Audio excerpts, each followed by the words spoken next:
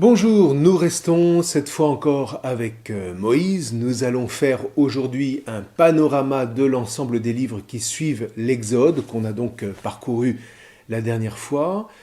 Je vous rappelle l'ordre des 5 livres de la Torah qu'il faut vraiment connaître: Genèse, Exode, et puis ensuite les 3 que nous allons survoler aujourd'hui: Lévitique, Nombre et Deutéronome. Alors dans le fond, l'idée principale de tous ces livres, c'est que les fils d'Israël doivent apprendre à vivre comme peuple de Dieu autour d'une mémoire commune fondée sur le décalogue. Une mémoire alimentée par toute une série de rituels quotidiens, hebdomadaires, annuels. Et ce sera précisément l'objet du livre du Lévitique que de couvrir tous ces aspects de la vie rituelle des fils d'Israël en se concentrant plus spécifiquement sur les moyens de développer la relation d'Israël avec son Dieu à travers tout ce qui tourne autour de la vie du sanctuaire du désert et des sacrifices du culte. Alors, avant ça, ça demande qu'on puisse revenir quelques instants au livre de l'Exode pour découvrir le sanctuaire autour duquel tout cela va se bâtir.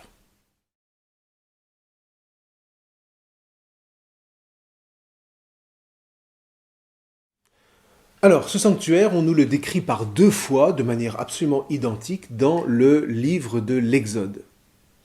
C'était une tente richement brodée de 13,70 m de long, large et haute de 4,50 m, qui symbolisait la demeure de Dieu au milieu de son peuple. Elle était entourée d'un parvis délimité par des murs de toile, un lieu où seuls les serviteurs de la tente avaient le droit d'entrer, c'est-à-dire les hommes qui appartenaient au clan des Lévites. À l'intérieur de ce parvis, il y avait la tente, ou alors le tabernacle, c'est le même mot, dans lequel cette fois, seuls les prêtres qui appartenaient aussi au clan des Lévites avaient le droit d'entrer. Alors dans ce tabernacle, il y avait très peu de choses, somme toute. Dans une première pièce, on trouvait une table sur laquelle étaient déposés 12 pains, symbole des 12 tribus du peuple d'Israël qui se tenaient devant Dieu. Un chandelier à 7 branches à hauteur d'homme, qu'on appelle la menorah et qui est devenu un des signes les plus caractéristiques d'Israël. Et puis, un petit autel où on faisait fumer de l'encens en lien avec les sacrifices qui, eux, étaient offerts à l'extérieur sur le grand autel de pierre dans l'enceinte du parvis, le matin et le soir, entre autres. Et puis, toujours à l'intérieur du tabernacle, séparé cette fois par un grand rideau très ouvragé, il y avait une seconde pièce dans laquelle on avait déposé l'arche d'alliance, la fameuse arche que retrouvera plus tard Indiana Jones. Cette arche qui était en quelque sorte l'objet le plus sacré d'Israël. C'était un coffre de bois qu'on avait recouvert de feuilles d'or et qui contenait entre autres les tables de pierre sur lesquelles étaient inscrits les 10 commandements. Le couvercle de ce coffre supportait 2 anges en or aux ailes déployées qui veillaient sur la présence de Dieu à cet endroit. Et c'était donc de là que Dieu parlait avec Moïse comme un homme parle à son ami, nous dit l'Exode.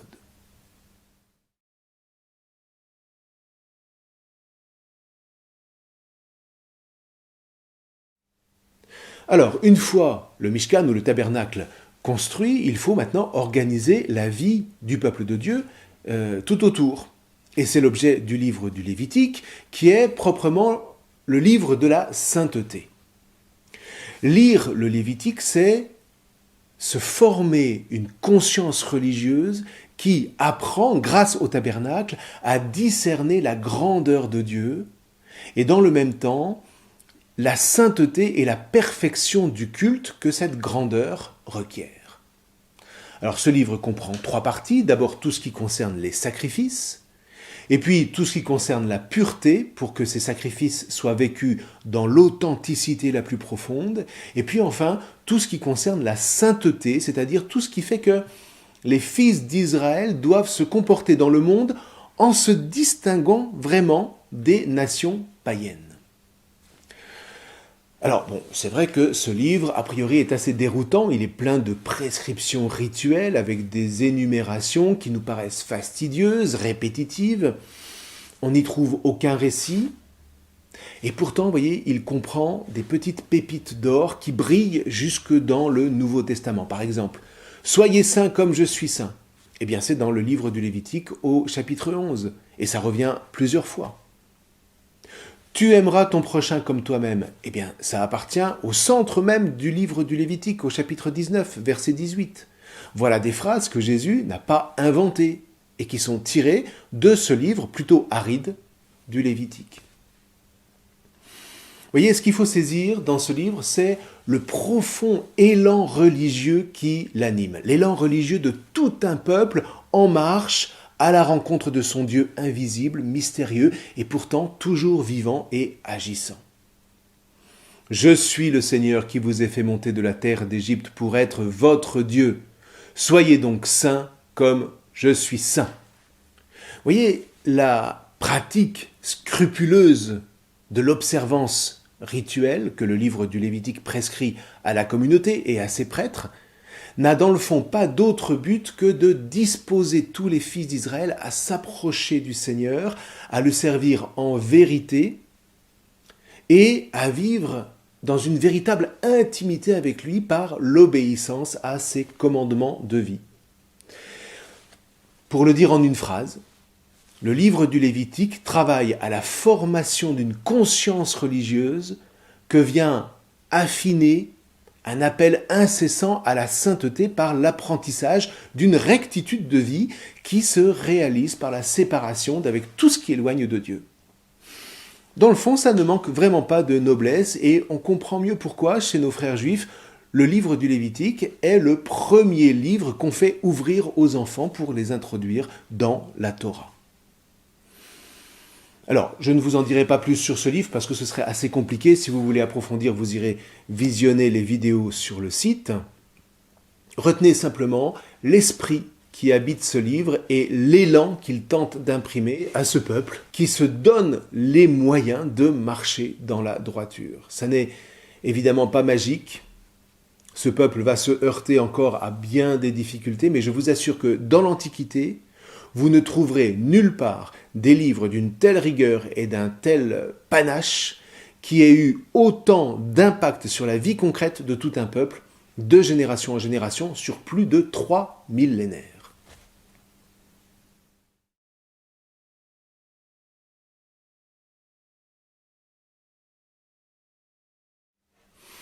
Maintenant, une fois toutes ces institutions en place, eh bien, le peuple reprend la route.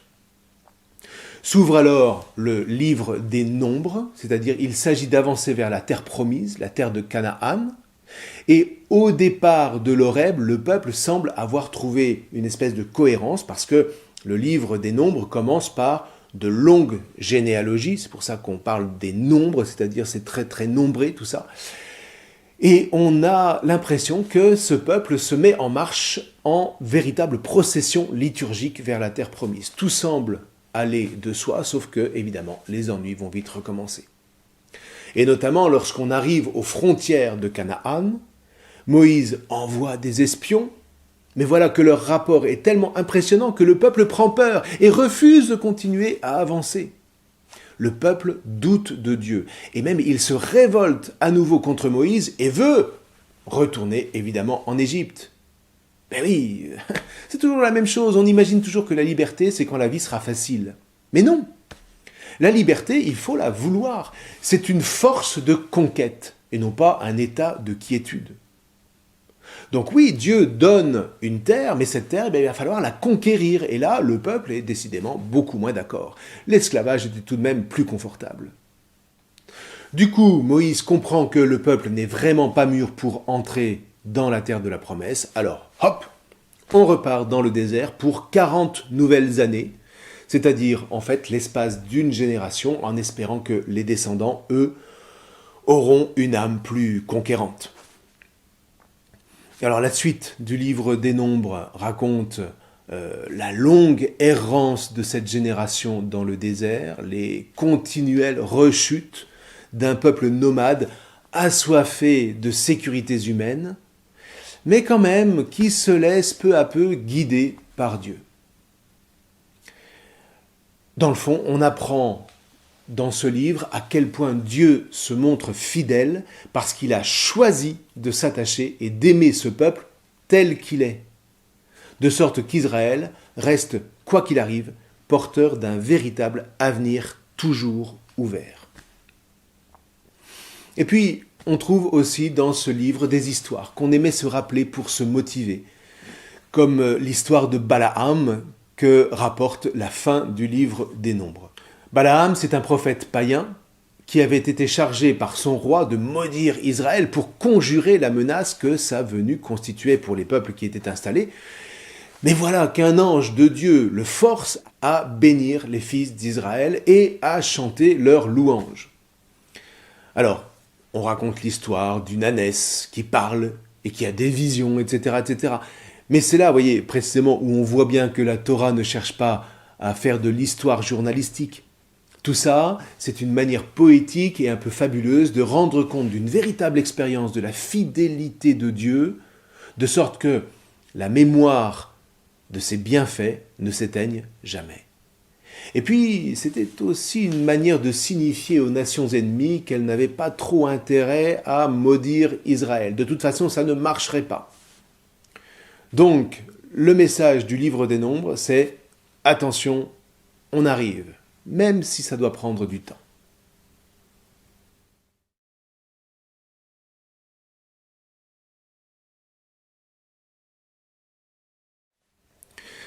Donc, après 40 années d'errance, c'est-à-dire en fait, encore une fois, le temps que la génération qui avait vécu la sortie d'Égypte laisse place à la génération suivante, les fils d'Israël arrivent enfin à la frontière orientale de Canaan. Et c'est là que Moïse va mourir, sans pouvoir entrer dans la terre promise. Il est vraiment le prophète de la sortie d'Égypte, le prophète du Dieu libérateur. Quant à l'entrée et à la conquête de la terre promise, eh bien, elles seront confiées à d'autres chefs. Du coup, le livre du Deutéronome rapporte les derniers discours de Moïse avant qu'il ne se retire, ses avertissements, son testament spirituel, en quelque sorte. En quoi consistent ces discours ? Évidemment, comme toujours, à faire mémoire. Vous voyez, vraiment, la Bible, et en particulier la Torah, c'est le livre de la mémoire. On ne fait rien par idéologie dans la Bible. On recueille l'expérience et on en cherche le sens. Et c'est ce que Moïse va faire dans ce dernier livre de la Torah, comme tout bon chef. Vous voyez, encore une fois, on ne peut pas se contenter de fonctionner au jour le jour. Pour avancer, il faut toujours faire mémoire du sens de ce qu'on a vécu au plus charnel, au plus viscéral. Il faut que ce que la chair porte en elle comme expérience soit mis en mots pour que cette chair entre dans un dialogue harmonieux avec la raison, dans un dialogue de vie. Donc, Moïse fait mémoire, il fait, si vous voulez, un bilan. Il fait mémoire des événements depuis la sortie d'Égypte et puis il en tire les leçons de sens. Le Seigneur aime le peuple qu'il s'est choisi comme un père qui leur ouvre fidèlement la route de la vie. Maintenant, la question c'est est-ce que le peuple, lui, va rester fidèle ? Et là, vous avez un texte qu'il faut presque apprendre par cœur à la fin du Deutéronome qui résume tout ça d'une manière fulgurante. Vois, je prends aujourd'hui à témoin contre vous le ciel et la terre. Je mets devant toi la vie ou la mort, la bénédiction ou la malédiction. Choisis donc la vie pour que vous viviez, toi et ta descendance, en aimant le Seigneur ton Dieu, en écoutant sa voix, en vous attachant à lui. C'est là que se trouve ta vie, une longue vie sur la terre que le Seigneur a juré de donner à tes pères, Abraham, Isaac et Jacob. En tout cas, ce qui est sûr, au regard de la mémoire des événements du désert, c'est que le Seigneur, lui, est fidèle. Et ça va revenir comme un refrain tout au long de l'histoire sainte, jusque dans le Nouveau Testament. voyez, on n'est décidément pas dans l'ordre des souvenirs, mais bien dans l'ordre de la mémoire. Et cette fidélité divine est portée par le peuple dans sa chair de génération en génération. Le Deutéronome est d'une profondeur spirituelle extraordinaire qui scelle en quelque sorte le temps de la sortie d'Égypte avant de commencer une autre phase de l'histoire quand le peuple sera sur la terre promise. Tout ça, c'est vraiment très bien pensé et ça marche parce qu'au pire moment de leur histoire, les Juifs feront mémoire de ces événements fondateurs et ils puiseront dans cette mémoire le courage de ne jamais abandonner la lutte pour la vie. Ils ne cesseront jamais de proclamer leur confiance dans le Dieu d'Abraham, Isaac et Jacob, assurés que la délivrance d'Égypte n'était que le prémisse d'une délivrance finale qui marquera la fin d'un monde opposé à Dieu et le début d'une ère de paix où les nations se tourneront à leur tour vers le Dieu libérateur. Ce thème est à la base de la pensée chrétienne qui l'interprète, elle, à la lumière du Christ Jésus, en qui nous reconnaissons le prophète annoncé par Moïse. Au milieu de vous, parmi vos frères, le Seigneur votre Dieu fera se lever un prophète comme moi, et vous l'écouterez.